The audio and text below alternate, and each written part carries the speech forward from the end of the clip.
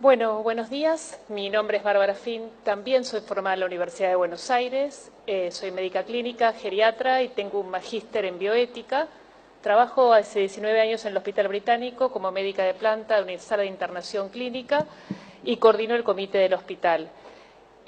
Agradezco la oportunidad de escucharnos y de debatir, y me parece que hay cuestiones que deberían quedar fuera del debate y centrarlas por ahí en otro lado.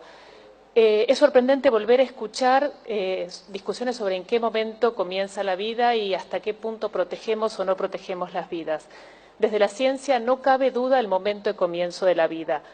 De un óvulo y un espermatozoide son células aisladas, pero una vez que se unen y se produce esa fusión de núcleo femenino y masculino llamada singamia, ese ser, ese individuo, tiene un ADN propio, genéticamente diferente al de su padre o al de su madre. Hoy el ADN es nuestra identificación biológica. Nadie se permite dudar de la certeza de la huella genética. Con el ADN reconocemos cuerpos, identificamos homicidas, asumimos paternidades. Es una prueba irrefutable y personalísima de un ser humano.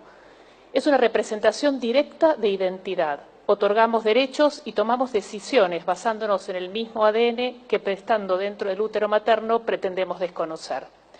Desde ese momento contiene todo lo necesario para desarrollarse y el rol de la madre se limita a asistir ese crecimiento.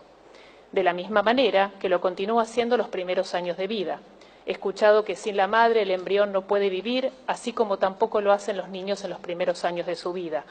Y en un caso le pedimos a la madre que lo proteja y le damos la obligación desde el Estado de proteger y cuidar esa vida, y en el otro le permitimos decidir sobre esa vida. Por otro lado, la medicina, y con solo el fin de diferenciar diversos procesos evolutivos, le pone diferentes nombres a estos procesos. Blastocito, embrión, cigoto, feto, pero en ningún lugar de estos hay una clara diferenciación entre esto no es vida y esto sí es vida. También es importante aclarar que un ser humano no se define por su capacidad de conectarse con el medio, comunicarse, razonar, sentir o expresar sus sentimientos. No tenemos categorías de vida de acuerdo a la capacidad intelectual. Y para aquellos que sostienen que si la medicina declara muerto a alguien que no tiene actividad cerebral, lo mismo podría usarse en el embrión, aclararles que olvidan una parte fundamental de la definición, que es la irreversibilidad del proceso.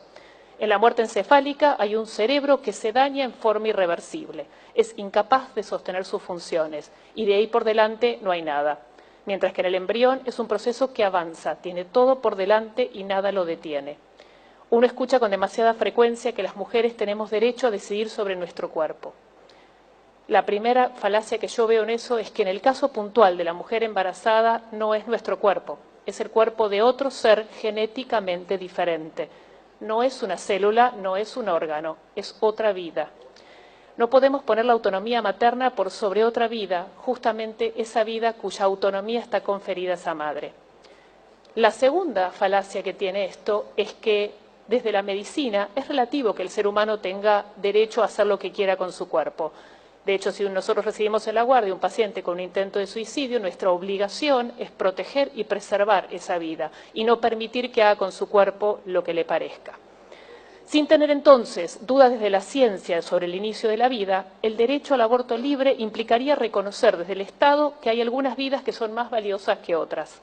Estaríamos estableciendo diferentes categorías de vida, algunas que merecen cuidado y atención y otras, justamente aquellas que no pueden defenderse solas, quedan libradas a su suerte.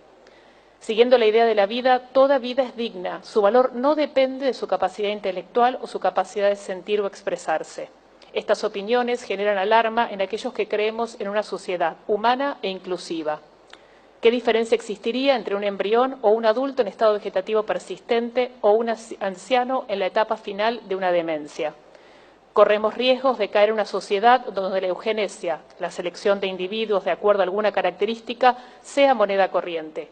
Y no es necesario recordarles las consecuencias que ha sufrido la humanidad cuando intentó ese camino. Los procesos de Nuremberg marcaron un punto culminante y así términos como eugenesia o mejoramiento de la raza quedaron totalmente grabados en nuestra conciencia social. Pero se queda a la vista que las personas tenemos poca memoria y las prácticas eugenésicas continúan desarrollándose. Y en este punto en particular, hacer hincapié en lo que sucede en otras sociedades donde el aborto es legal. España, legalizado desde el 2010, y con respecto puntualmente a la trisomía 21 o síndrome de Down, 10 años atrás nacía un caso cada 670 niños vivos y hoy hay un caso cada 1.300 nacimientos. La proporción de aborto inducido en aquellos padres que hacían diagnóstico prenatal fue del 95.7%. El razonamiento que esgrimen los defensores de estas medidas eugenésicas es fruto de una tesitura que concibe la vida como un bien instrumental. La preocupación de los que promueven la ley es la vida de las mujeres, la mía también, la nuestra también. Ambas vidas son importantes y no podemos resolver la muerte con más muertes.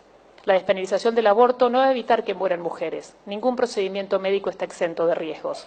Lo más grave del asunto es que seguimos sin cuidar a las mujeres. La mujer que recurre a un aborto es fruto de nuestro fracaso como sociedad. No pudimos brindarle educación, acceso a la salud, herramientas para que se conozca, quiera, valore su cuerpo y su vida.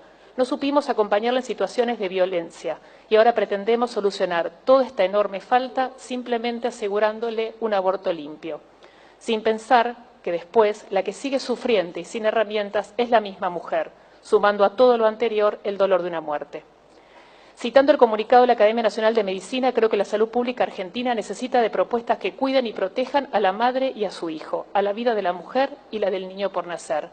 La obligación de salvar a los dos, y nada bueno puede derivarse de la sociedad cuando se elige la muerte como solución. La solución no es el aborto, la respuesta no es el aborto. Un minuto. La muerte nunca puede ser la respuesta. Para finalizar, quería compartirles un párrafo de un libro que me acompaña desde mi adolescencia, que es El hombre en busca del sentido de Viktor Frankl. Frankl es un psiquiatra austríaco que termina los campos de concentración en la Segunda Guerra Mundial y dice: la historia nos dio la oportunidad de conocer al hombre quizá mejor que ninguna otra generación. ¿Quién es en realidad el hombre? Es el ser que siempre decide lo que es. Es el ser que inventó las cámaras de gas, pero también es el que entró en ellas con paso firme y musitando una oración. Todos decidimos, ustedes deciden, y encima tienen la enorme responsabilidad de decidir por todos los argentinos, decidir qué sociedad queremos. Gracias.